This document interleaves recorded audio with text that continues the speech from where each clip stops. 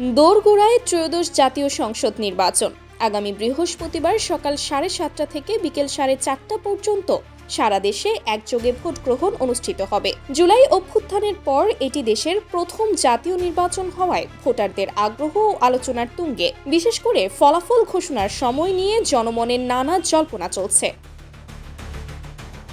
এ প্রসঙ্গে নির্বাচন কমিশনার আনোয়ারুল ইসলাম সরকার জানান, অতীতের তুলনায় এবারের নির্বাচনী পরিবেশ অনেক বেশি শান্তিপূর্ণ ও ইতিবাচক। তিনি বলেন, নির্বাচনের আগে যে শঙ্কাগুলো ছিল সবার সম্মিলিত প্রচেষ্টায় তা অনেকটাই কাটিয়ে ওঠা গেছে। কমিশন আশা করছে বৃহস্পতিবার জাতিকে একটি স্বচ্ছ ও গ্রহণযোগ্য নির্বাচন উপহার দেওয়া সম্ভব হবে।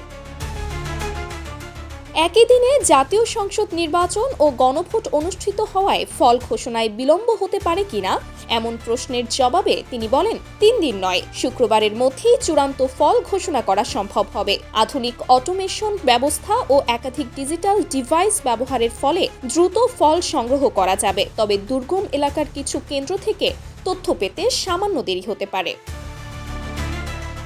নিরাপত্তা ও তদারকি বিষয়ে তিনি জানান, প্রতিটি আসনে একাধিক মনিটরিং টিম দায়িত্ব পালন করবে এবং প্রতি 2 ঘন্টা পর পর কেন্দ্রীয় সেলে পরিস্থিতি জানানো হবে। বিদ্যুৎ সুবিধা রয়েছে এমন কেন্দ্রে সিসিটিভি ক্যামেরা এবং দায়িত্বপ্রাপ্ত সদস্যদের বডি অন ক্যামেরা ব্যবহারের নির্দেশনাও দেওয়া হয়েছে।